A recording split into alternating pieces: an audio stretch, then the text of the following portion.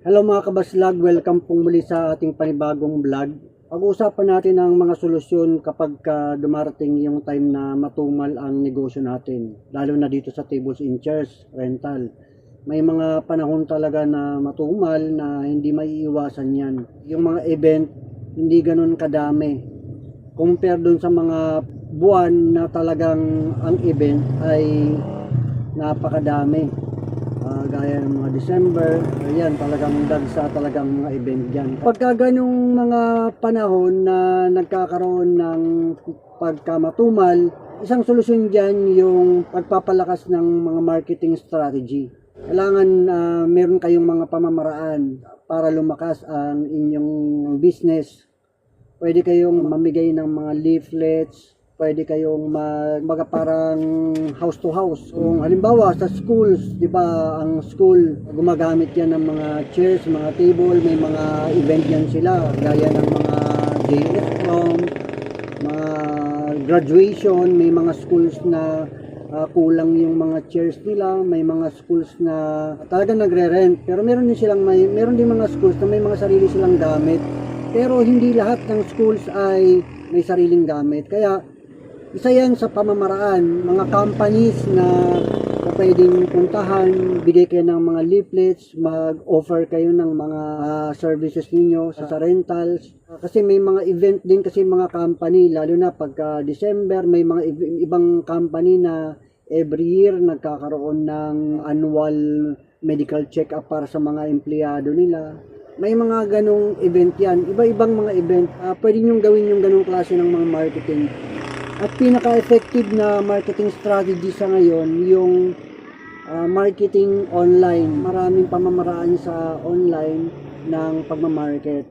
Through page, through sharing, tagging, mga photos and videos ng inyong negosyo. Pwede rin mag-boost. Ang marketing sa online kasi ngayon, talagang napaka-useful niyan. Yan ang ginagamit ng maraming mga negosyo. Napakalaki ng market kapag sa online tayo kasi hindi ka lang doon sa lugar mo nakabase. Halimbawa kung taga Pasig ka, taga Manila ka, taga probinsya ka, so hindi ka lang doon nakabase. Kung gusto mong ma-reach yung mga lugar na kung saan malapit sa'yo na kaya mo namang deliveran, pwede mong makuha yon. Ngayon, kung ayaw mo nang masyadong malayo, pwede mong tanggihan. Kapag sa online kasi, medyo marami-raming mga lugar ang kaya mong ma-reach. Kaya, pwedeng lumakas o tumaas yung sales natin. Pangalawa, pwede rin kayong magkaroon ng freebies. Isa din yan sa strategy para tumaas yung sales o tumaas yung inyong income. Yung mga freebies, kagaya ng halimbawa, nag-rent sa inyo ng 1,000 na chairs at 100 pieces na tables. Pwede kayong magpa-preview sa kanila ng halimbawa, for round table yung 100 table na na-rent sa inyo. Tapos may nangailangan pa sila ng ibang mga extra table na long table. Pwede nyo previous nyo na yung mga long table na halimbawa, merong mga 4 na table na long table, pwede nyo na ipapreview sa kanila yon para makuha ninyo yung customer na yon. Isa lang yan sa mga idea para tumaas yung inyong sales pagdating sa rental business.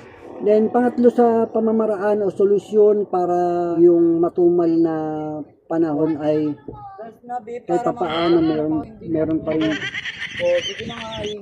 So isang solusyon para yung income natin ay meron pa rin, kumbaga may sumusuporta doon sa panahon na matumal, kailangan natin na magdagdag ng another na source of income.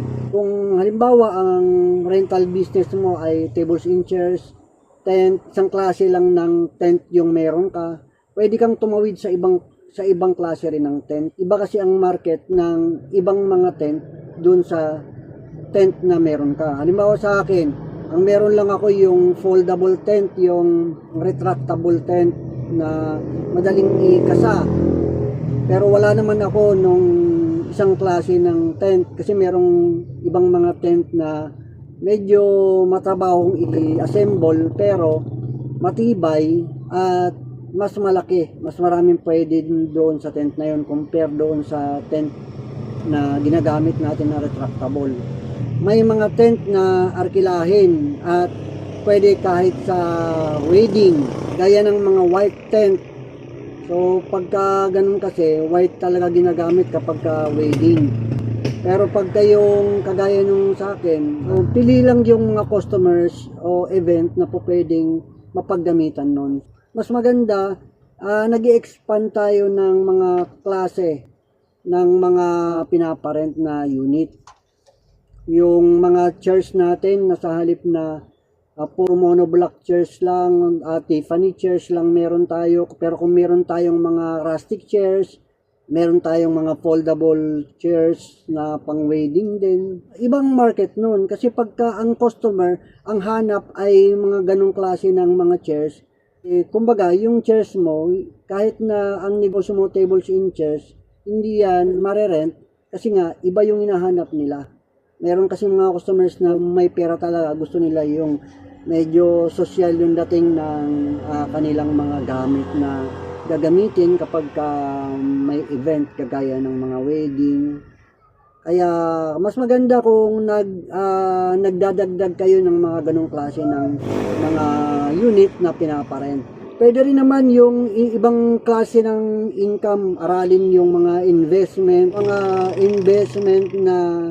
na legal, na wala namang problema. Sabi nga, as long na ethical na po pwede naman na makakapagdagdag ng income, walang masama na pasukin natin. Iba yung meron ka tinatawag na multiple sources of income. Pwede ka ring mag-angkat ng mga tuyo, i-deliver sa mga lugar na medyo sulok-sulok na, yung mga medyo malalayo na sa kabayanan. Maraming pwede ninyong maging regular customer sa ganun. Pwede rin yung mga mantika, itlog, depende. Depende sa klase ng mga product na gusto ninyong i-market. Pwede rin yung vlogging. Pwede kayo mag-start through cellphone, then create kayo ng account ninyo sa YouTube, sa Facebook, sa Reels, di ba? Sa TikTok. Pwede rin mag-affiliate marketing. So maraming pwedeng pagkakitaan sa online. Gamit lang yung ating cellphone.